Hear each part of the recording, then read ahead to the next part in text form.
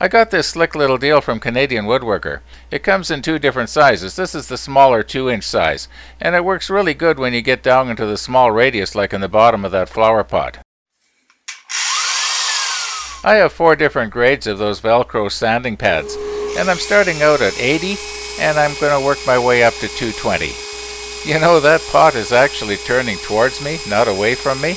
It's that stroboscopic effect that's giving the illusion that it's turning the opposite direction than what it really is. Years ago they used to call that the wagon wheel effect, because the wheels on the old stagecoaches and the westerns, they used to look like they were going backwards, when the coach was actually going forwards. And here again, where the rim of that pot sort of rolls over and there's a bit of an inside curve there, this little sanding pad works really good. I'm not going to use it though on the outside of the pot where it's flat.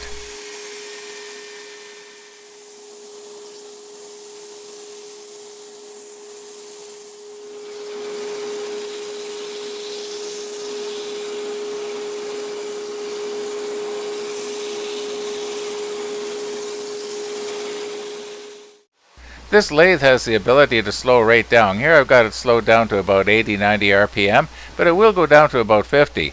And in retrospect, I think that's what I should have done. I should have had it going as slow as it could go. You know, I always wondered how this would work, and it's only recently that I've actually started doing it, and it works great. I don't know why I didn't do it before. You end up with a nice even coat all over the whole thing.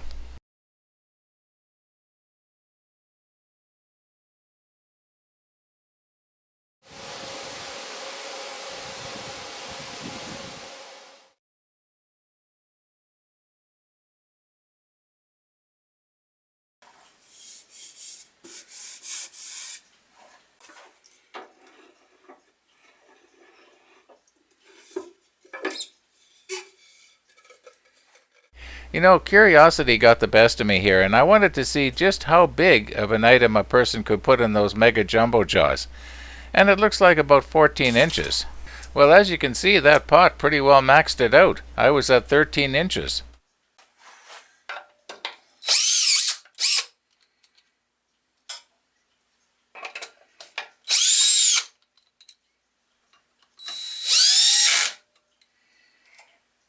You know, the segmented flower pots, video 1 and 2, they were pretty long. But you know, there's only so many ways that I can show you putting the varathane on here. So this video is going to be a little shorter. Hey, I heard that cheer. Okay, I've got the message.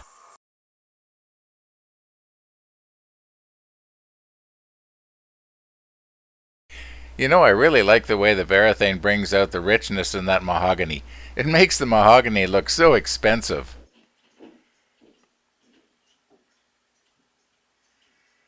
And you know, that purple heart looks pretty nice too. And these cheap dollar store brushes that were 6 for $1, not worth cleaning. Both the inside and the outside have received 3 coats now. I'll have to take it off and turn it around and do the bottom later.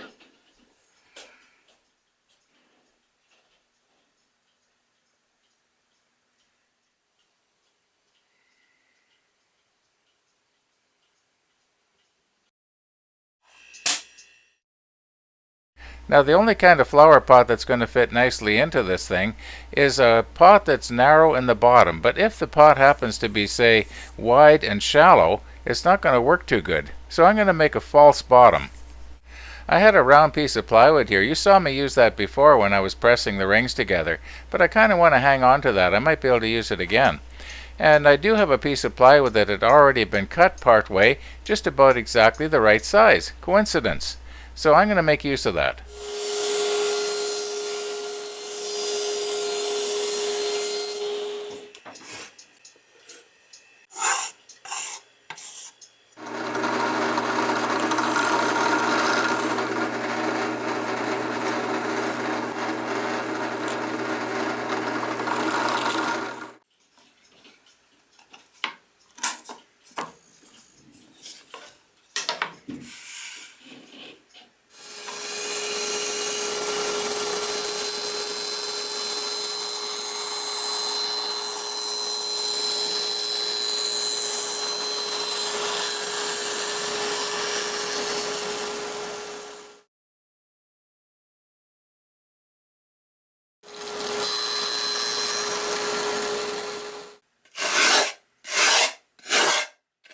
You know, I must have half a dozen different types of power sanders, but I just wanted to check to see if I still knew how to do this by hand.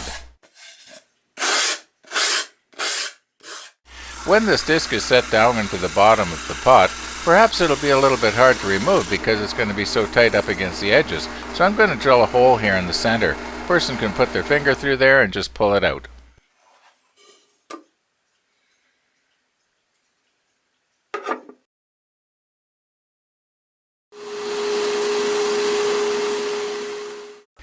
I'm going to put another 3 or 4 coats on the bottom here, and then I'm going to turn it around and put another 3 or 4 coats on the inside and sides. I'm not going to bore you and make you watch this, but I will be sanding in between each coat, and then the finishing will be finished. Okay, here's a little tip for you. If when you're sanding, and if the lathe is still turning towards you, there is the chance that while you're holding the sandpaper down, you could catch your thumb or your finger, and that would be a painful experience.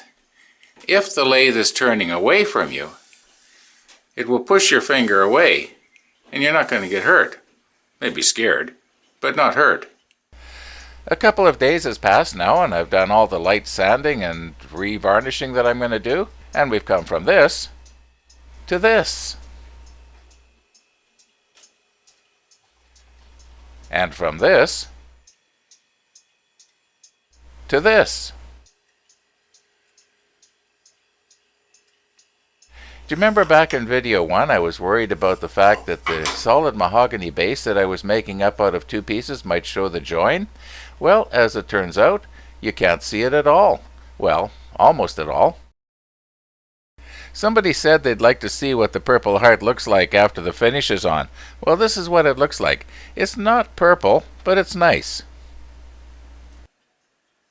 Well, it's time for this segmented flower pot to leave my workshop. The next time you see it, it'll be in Kelowna.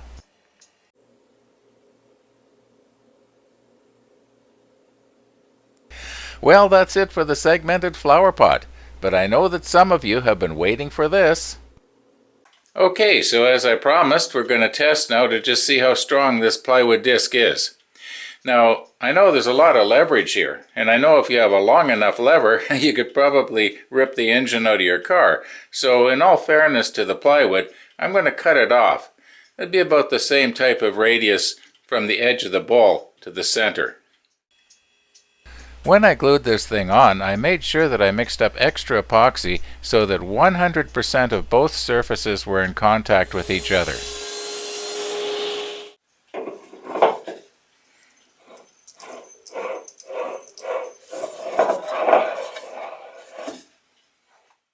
Okay, I'm going to just give a steady pull and see what happens.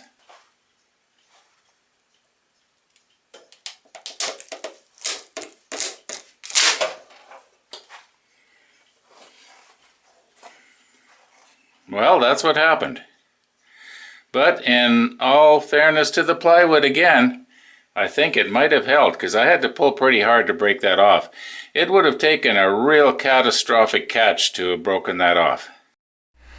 It's possible that that board was a little bit on the greasy side because you can't help but notice that the epoxy glue let go on probably 90% of the board.